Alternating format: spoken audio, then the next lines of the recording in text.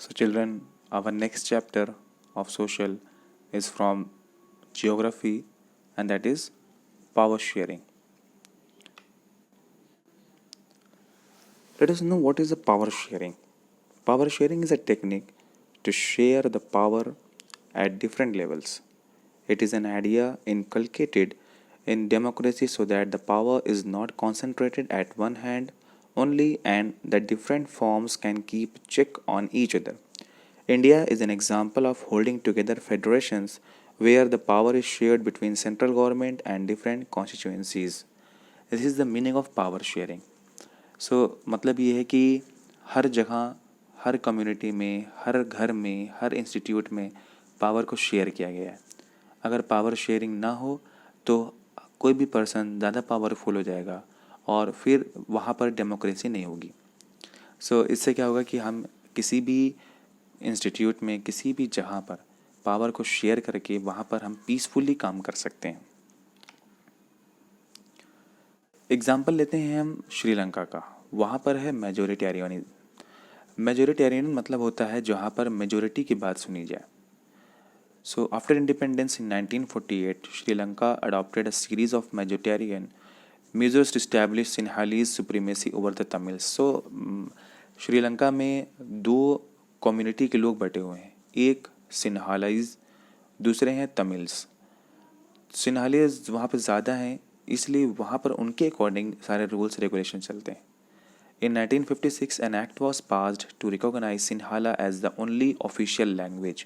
सिन्हालीज जो कि ज़्यादा थे इसलिए उनकी लैंग्वेज को ऑफिशियल लैंग्वेज बना दिया गया. तमिल्स कम थे इसलिए उनकी लैंग्वेज को नहीं माना गया. बात ये उठती है कि यहाँ पर मेजोरिटी की बात मानी जा रही है, ना कि सही या गलत, ऐसा कुछ नहीं है. जो मेजोरिटी बोलेगा वही मानी जाएगी. Majoritarian in Sri Lanka. In 1956, an act was passed which recognized Sinhala as the only official language.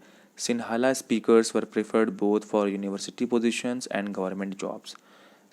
किसी भी कम्युनिटी को, एक कोटेशन मैंने पढ़ा था, किसी भी कम्युनिटी को अगर ख़त्म करना है तो उसकी लैंग्वेज को ही ख़त्म कर दो, अपने आप वो कम्युनिटी ख़त्म हो जाएगी.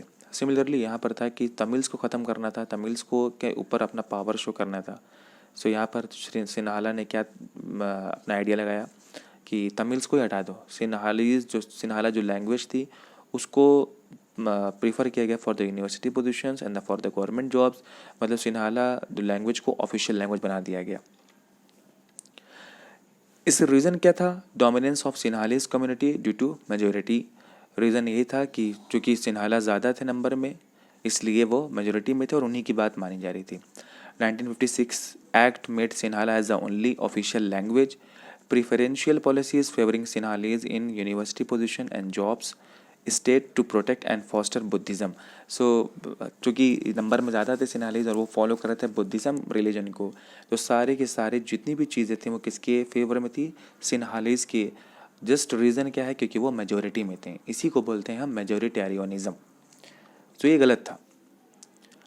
अब ये है कि पावर शेयर क्यों डिज़ायरेबल है. Why is power sharing desirable? इसका दो रीज़न है. एक प्रूडेंशियल रीज़न, दूसरा है मोरल रीज़न. प्रूडेंशियल रीज़न क्या है? It reduces the possibility of conflict. देखिए पावर शेयर होगा उससे क्या होगा कि लड़ाई होने में चांसेस कम है. दूसरा है it provides stability to the government. दूसरा है कि हम गवर्नमेंट को स्टेबल बना सकते हैं. अगर पावर शेयर नहीं हुआ तो स्टेबिलिटी नहीं है कि गवर्नमेंट क्या होगी? डाउन हो जाएगी, उसको फिर सिलेक्शन होना पड़ेगा. मोरल रीज़न क्या है? Power sharing is the very spirit of democracy. Power share ये हमारे मोरल रीज़न में आएगा कि अगर हम पावर को शेयर करेंगे, यही हमारी इस डेमोक्रेसी का क्या है? एक स्पिरिट है. अगर पावर शेयरिंग नहीं होगा तो इस डेमोक्रेसी एंड हो जाएगी. दूसरा है people have a right to be consulted. अगर हम लोगों को उनके पावर्स को नहीं डिवाइड करेंगे तो उससे क्या होगा? जैसे हमारी कंट्री में सबसे टॉप पर किसको रखा गया है? कॉन्स्टिट्यूशन को. दूसरे नंबर पे जितनी भी चीज़ें हैं, जितने भी ऑफिशियल्स, जितने भी हमारे यहाँ वैकेंसीज, जितने भी चीज़ें हैं, पोस्ट हैं, कोई भी किसी के ऊपर पावरफुल नहीं है. हर कोई एक दूसरे से क्या है? दबा हुआ है, क्योंकि पावर शेयरिंग हुई है. अगर ऐसा ना होता तो सबसे पावरफुल प्रेसिडेंट होता फिर हमारे यहाँ, फिर वो जो चाहता वो करता. लेकिन हमारे यहाँ इस तरह से शेयरिंग हुई है जिससे क्या होगा कि हर एक पर्सन दूसरे पर्सन से बिना कंसल्ट किए कोई भी काम नहीं कर सकता.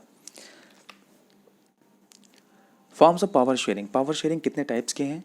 पहला है power is shared among different organs of government. Organs आपको याद होगा, लेजिस्लेटिव, एग्जीक्यूटिव और जुडिशियरी, 3 ऑर्गन्स हैं। दूसरा है power is shared among government at different levels. Levels की बात करते हैं तो हम आते हैं सेंट्रल लेवल, स्टेट लेवल और फिर आते हैं पार्लियामेंट्री फॉर्म ऑफ लेवल जो सबसे नीचे है, लोकल गवर्नमेंट। थर्ड है power is shared among different social groups.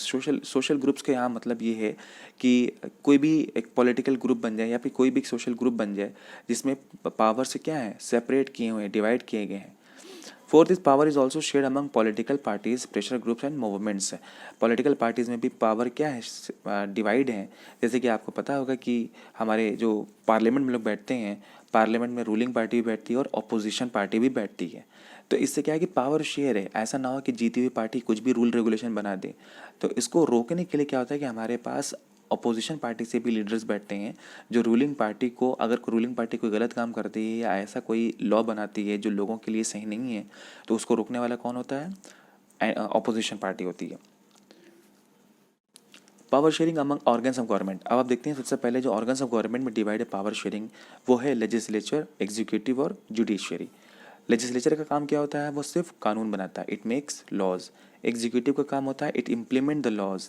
और जुडिशरी काम होता है इट रिजॉल्व द डिस्प्यूट्स। देखिए कितनी अच्छी तरीके से हमारे इंडिया का ये पावर शेयरिंग है कि इससे कोई भी किसी दूसरे के काम में इंटरफेयर नहीं कर सकता। Legislature, executive and judiciary keep a check on each other. This results in balance of power among various institutions. This arrangement is called a system of check and balance. So इस तरह से इस system को बोलते हैं हम check and balance. So power का sharing होना बहुत इंपॉर्टेंट है, जिससे क्या होता है, कॉन्फ्लिक्ट नहीं होती है। नेक्स्ट जो पावर शेयरिंग है वो लेवल्स का है। So that will read in the next part. Till then, just try to understand all those points which are discussed in the part first.